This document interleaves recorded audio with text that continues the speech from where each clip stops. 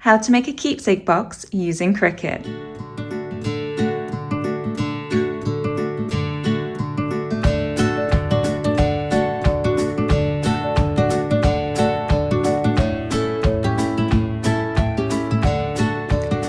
Hi guys, welcome back to Bride Society. I'm Rebecca and today I'm showing you how to create this wedding memory box using Cricut.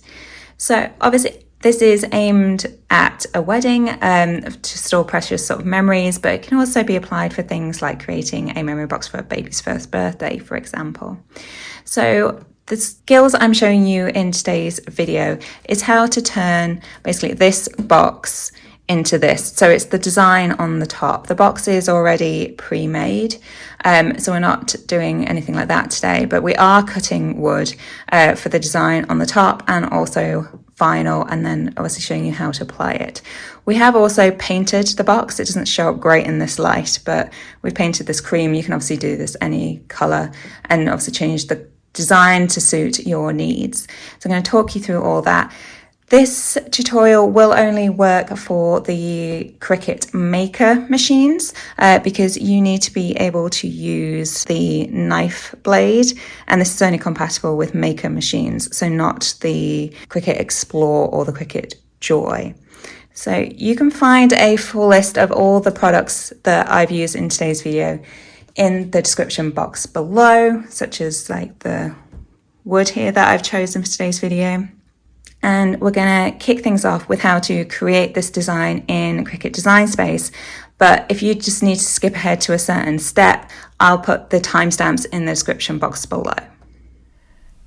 So I've opened Cricut Design Space and you'll need a blank canvas, which you can do by hitting new in the left-hand pane over here if you haven't got one already.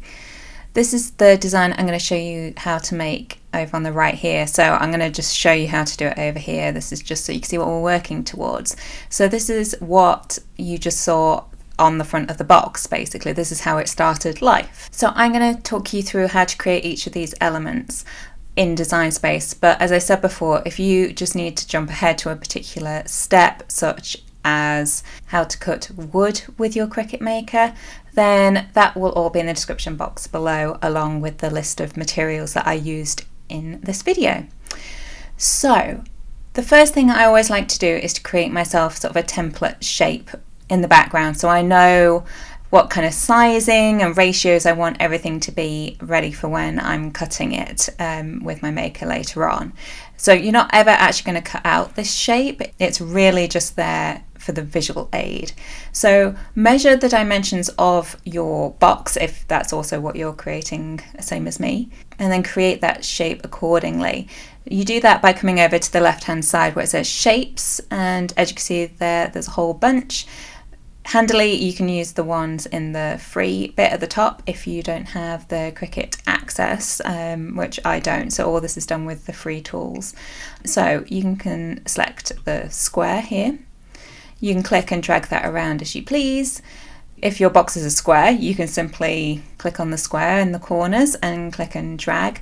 Or if you need to change the ratios to make it a rectangle, for example, you can come up to the top where it says size. So you'll see that you've got width, you've got height. At the moment, it's going to maintain those ratios. So no matter what you type in here, it will hold it for the height over here. Obviously, to create a rectangle, that's a problem. So you're going to hit that little padlock. And then, as you can see, now it's unlocked it. So now when I type something, as you can see, it's let me change those ratios. So I've now created a rectangle. I'm just going to lock that back up so it holds it. And this is now the same size as my box over here. As you can see, it's a completely different color. This is the default color it drops things in at. And as you can see, that matches this blob in the ribbon at the top of your screen. So you don't have to change this. I mean, you're never cutting it, so it doesn't really matter. But just for that visual aid, I like to change it to kind of roughly the color that I intend my base material to be. So because in today's tutorial the box that I'll be painting a bit later on is going to be a cream colour, I'm simply going to change it to cream, just like that. So this will really help me just visualise, because I'm not very good at doing it in my head, but obviously you do you. So I think the first thing we'll do is drop in the items that are going to be cut out of vinyl. So of this design, the date and this floral design are both going to be cut out of vinyls. This one's going to be cut out of white and this one's going to be cut out of gold. The sort of married surname that I have here in brown, which obviously doesn't look great on here just as brown, but that's just to represent that that is going to be made out of wood. So the colours help the machine to distinguish that you're going to be cutting these things separately. So the machine needs to know that you want this cut out of white vinyl, so that needs to be on a separate mat to when you cut this out of gold vinyl. And then again, this needs to be on a separate mat because you're cutting it out of wood. So it needs to know you're doing it differently. So you can't just leave all three of them white, for example. So yeah, picking something that's the closest representation to what you ultimately want to cut out of is the best way forward, in my opinion. Okay, so the image. You can simply select an image from over here on the left ribbon, or upload an image of your own, again, further down on this left ribbon over here.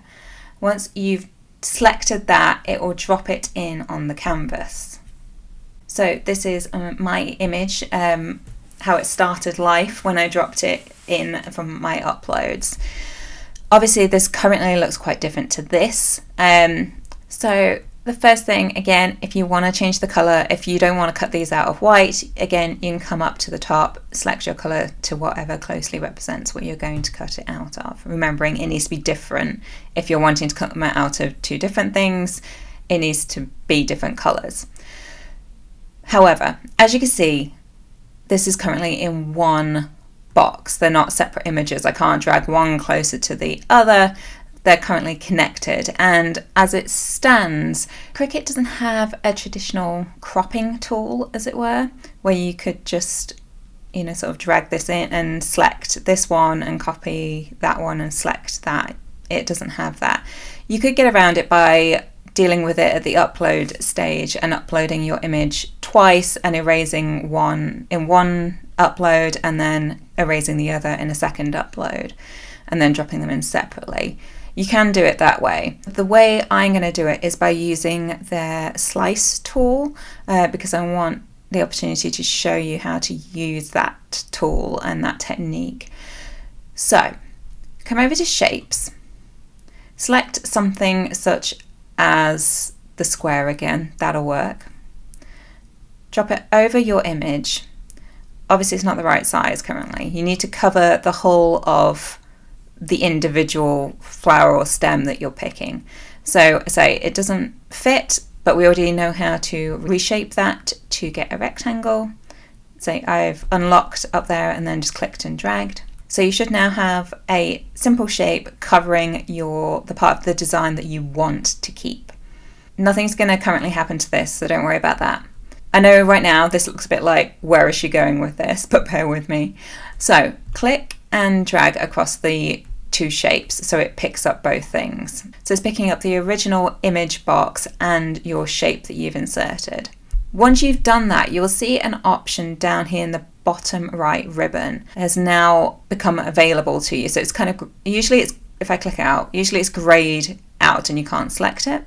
So you know once you've done this and it's highlighted that you've now got this option. So I'm going to just select that. So I've hit slice. So now you can see this has altered my image. It's created basically layers. So I can move this. It's cut that shape out of here. I obviously don't want that today, so I'm just going to delete that. And then what it's done is create two other layers. Again, I don't need this one, but now what it has done is isolate this shape, which in turn has isolated this one by itself. Obviously, if you had multiple of these, you could repeat that process over and over to split up a single image into individual images. So that is one way that you can use your slice tool.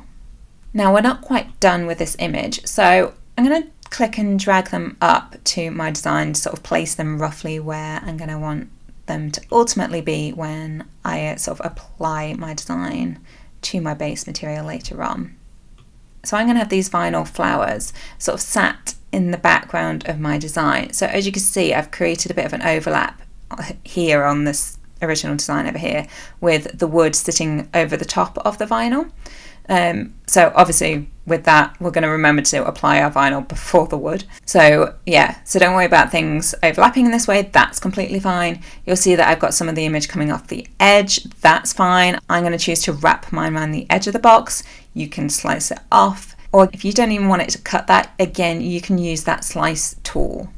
So just to show you, I would do that by grabbing sort of that square, lining it up to the edge, picking up the two objects, hit slice, and then as you can see, you can drag that away, delete it, delete that, and you can delete that. So it will just cut, if I drag this over here, straight down here. So you won't have to deal with it cutting off any excess, or if you don't want to fold it around the edge like I am ultimately going to do, you can do that. I'm going to just leave it like this for you now though. Okay, so that is how to use the slice tool. We're not going to touch that again today. So if you are still following my design, or you're doing something very, very similar with overlapping things like mine, what you will need to do before you choose to cut this is unite this image, because right now what's going to happen is that the fine point blade is going to go over every single one of these little lines. If I zoom in,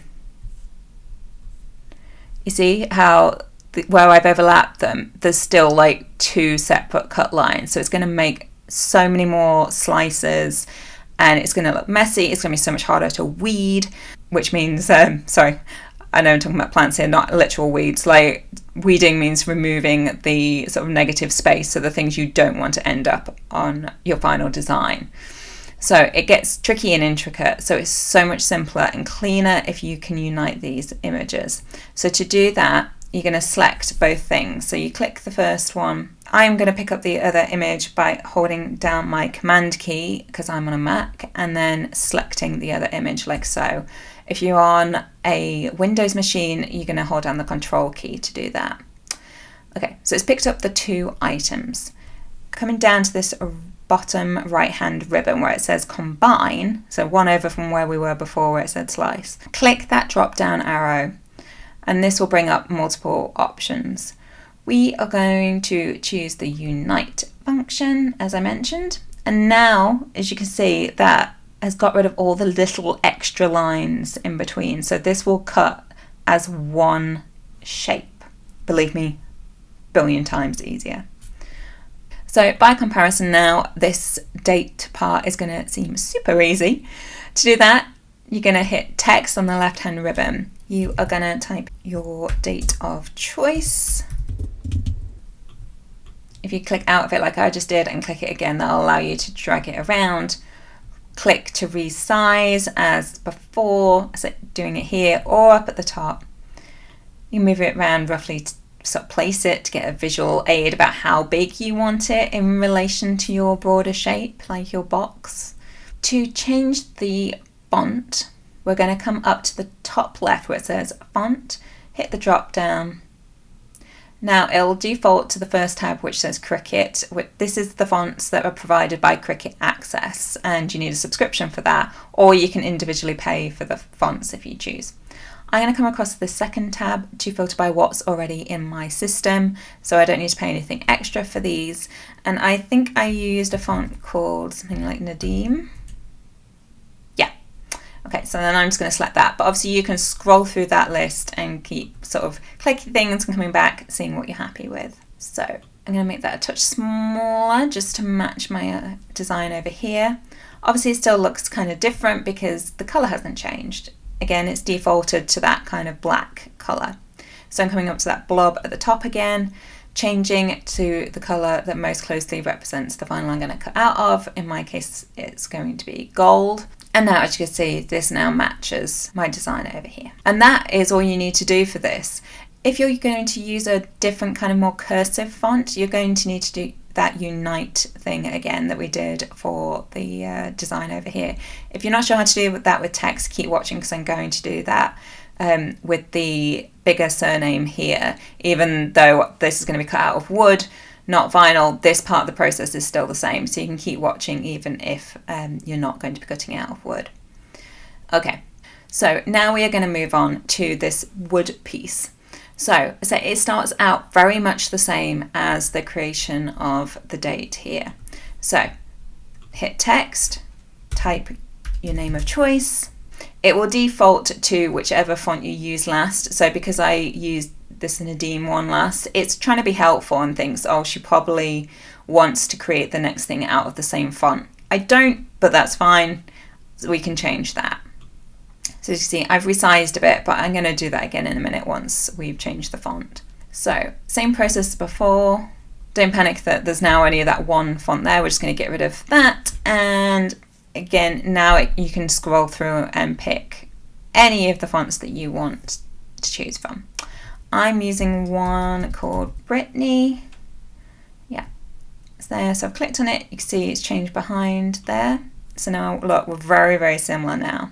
Again, you can change the color of this if you want. I'm going to change mine to brown just to represent wood, but obviously nothing else here, it was in black anyway, so it would know it was something separate. So I'm just going to zoom in again so you can see all these lines. So this is what I was saying, same with the design of the flowers in the background. The font does the same thing. So as you can see, there's all these little cut lines between each letter. So even though it's a cursive font and it spits it out in such a way that it looks joined up, it's technically not, and it will still cut them as separate letters and it will be really messy. So again, with this box highlighted, exactly the same thing. Come down to combine, hit unite, and as you can see, it's made that now a truly cursive font. So as you see, we're basically pretty much there now from the design I've got over here. So I'm going to just eliminate this design so that the machine knows to only cut this once. Now, before you hit make, remember, as I said before, you don't actually need this shape. That was just there for your visual aid. So you can either just now delete that out completely, or if you think you're gonna want to see it again later, because it's kind of helpful, I think, to then be able, when you come to apply everything to your box, to be able to kind of look back at your original design and be like, oh, okay, where exactly did I place X, Y, and Z? So if you do want to keep it and not outright delete it, you can handily come over to the right hand side here, and you can see it's got listed all the components that we have on the canvas, or had, because as you can see, I've hidden some other stuff. With the object highlighted that you want, so as you can see here, the square, even though it looks like a rectangle, but we did pick a square, you can see when you hover over it, this little eye appears, and if you simply hit that, it will hide it from the screen, but it will also hide it from the mat, so it now won't appear when you hit make, and it won't try and cut it. But then when you come back to the screen, you can easily click that again to bring it back, so you've got that visual aid for later. So with all that said, you can now come up to where it says make. Now as you can see, it's split it over 3 mats in 3 different colours, just like we wanted it to. These matte colours literally represent the colour of item that you told it was going to be. It's not the colour of mat you need to use. So for my vinyls, I'm just using the green standard grip mat, and then for the wood, I'm going to use the purple strong grip mat. It's just that this one for me is going to have white vinyl on it, and the third one is going to have gold vinyl on it, but this is the one in the middle that's going to have the wood. Okay. So this is like a print preview. You can click and drag this around and it will cut it wherever you leave it on your screen. So you do have to be very precise about where you're situating your vinyl onto your mat. It needs to sit within this sort of red guideline here. So it does give itself a little bit of leeway from the edges. You can also rotate it and put it in whatever position you need, especially if you've got multiple things on the mat. If you want it to sit kind of more efficiently or whatever, you can mess around with it here. Okay, so just drop it wherever you're happy. You can go ahead and mess with the next screens too. It will let you click through those different mats. So again, I'm going to move my vinyl down a little bit. When it comes to the wood, now you're going to tell it it's cutting wood later. That's still coming. It needs to know so that it applies the right amount of pressure. You're not going to make it think it's cutting vinyl, don't worry. But it is different with how you need to put it on your mat. So your wood, particularly if you're using the stuff produced by Cricut, so it's kind of a high grade wood suitable for this kind of cut. Now it's tricky because you're not technically supposed to try and cut things this small. So do follow their guidance on their website about the size of cut, and obviously if you're trying anything smaller, be prepared that it might fail. But I do have success with cutting things slightly smaller than it's recommended. So that warning highlighted. What you need to know is that that piece of wood that Cricut sells typically comes in a 12-inch by 6-inch piece. However, you cannot put that piece horizontally this way, even though this is a 12-inch mat. You are going to have to place it vertically. Okay, that is because the little star wheels in your machine, you have to push those all the way over to the right hand side because they do not want to sit on top of the wood. You don't want them rolling backwards and forth over your material. It will damage the material and possibly damage your machine. So you will see in a minute in the next step that I'm going to push those rollers all the way over to the side, and then that means that you need to leave some room for those rollers to sit. And that is between the 11 and 12 inch. So therefore you need to create a design that's going lengthways. So that is why that rotation tool is really handy at this point. So I'm going to have my design run this way, and obviously if you have a longer name that's going to be absolutely necessary. So when you put your wood on the mat, even though you're using your strong grip mat, that in itself is not sufficient to hold the wood down. You need to use masking tape around the edges of your piece of wood to hold it to the mat so that it doesn't come unstuck during the cut. The additional problem with that is that you can't get your knife blade to cut your design through the masking tape onto the wood. Cricut don't recommend that. I'm not saying it wouldn't work, but it's not what they recommend doing. So you need to leave a margin around the edge for that, in addition to the sort of red line that you can just about see around the edge here. So I'm going to leave a full inch of space before I even place my wood onto the mat. So because I say it's 6 inches wide, my wood is now going to sit between 1 and 7 inches. So I am going to place my design relatively centrally between those 2 points, and it's going to sit obviously between the 0 line and the 12 line here. So it's going to run the length of my mat.